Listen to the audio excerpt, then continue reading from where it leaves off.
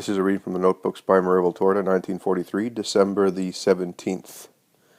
The reference is Deuteronomy chapter 2, verses 26, 29, 35, and 43. Jesus says, "Incredulity is one of the worst plagues of this time of misfortune of yours.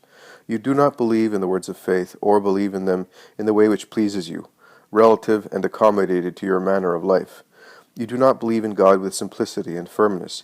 You discuss, quibble, and measure with your measures regarding what is infinite, and you succeed in going so far as to deny because you are unable to explain. You deny God's power entirely, for you do not admit that God can raise up saints even from the stones and give speech to mute souls. God does what he wants, and to confound the proud he takes the little ones and makes them great, for he enters into them and becomes their all. You deny the miracle, that is, you admit those miracles which are convenient for you. You say that the others, and they are no less great, because of the fact that they are spiritual, cannot be possible. Well, would you place limitations on me? Did I perhaps ask you for advice and approval in order to act? Did I ask you for help? No. The goodwill of my servants is enough to prompt the miracle, which you deny, of turning a non-entity into a servant of mine. I do not ask you, O denying Pharisees, for your cooperation, and I don't need it. Remember this, and be less incredulous and proud. Lower your proud heads, and thus allow your spirits to rise. God, seeing that you believe in him humbly and tenaciously, will grant you the miracle of the transformation of your hearts, full of human impediments, into a heart which faith reconsecrates.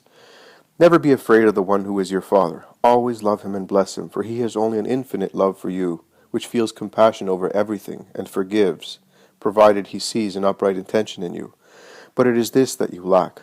All your actions bear a seed which is not upright.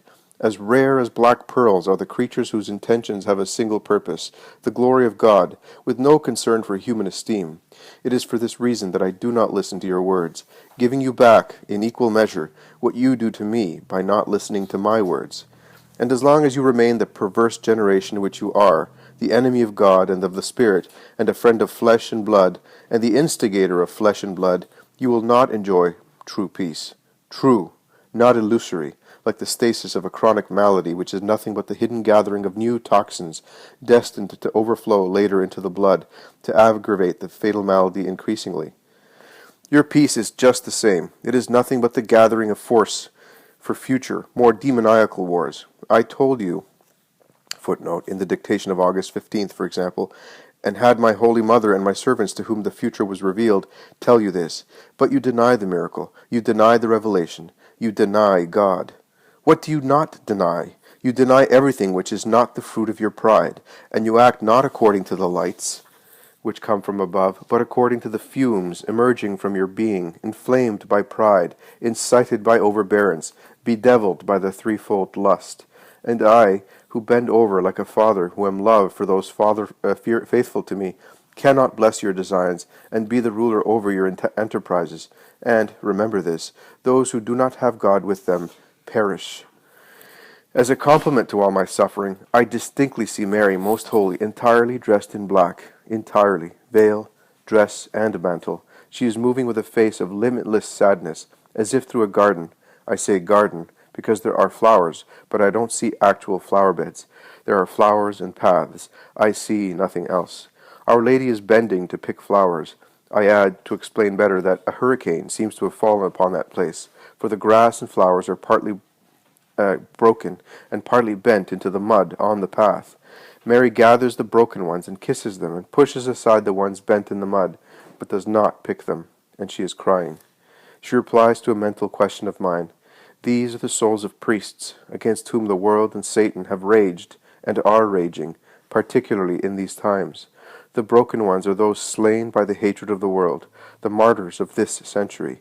I gather them and take them to heaven, because I am the mother of the priesthood, and take my sons out of the horror into the light which they have merited. I gather them into my mantle to pour out this holy carpet of flowers at the foot of God's throne. The others are the priests who have let themselves be bent for the sake of human utility or quietism, when it is not a case of boiling up of pride by events or doctrines which strip them of their protective armor. They have lost the temper which the priestly character infused into them, and have become pliant to human winds, to the point of staining their florid silk with the mire of the earth. I weep over the pain of the former, and the error of the latter, but my weeping over the former changes into eternal pearls, destined for their crowns. Over the latter it is only pain which would like to save them, and cannot, unless first it is they who weep over themselves. It is the greatest sorrow of my sorrows as the universal mother, over her children who offend my firstborn, who died to give life to all my children. In these days, in which my rejoicing as the mother of God is renewed, the world manages to change my robe of snow-white joy into a robe of mourning by killing my priests, or their souls, a twofold death without hope. Pray and suffer to help the martyrs, and save the blameworthy.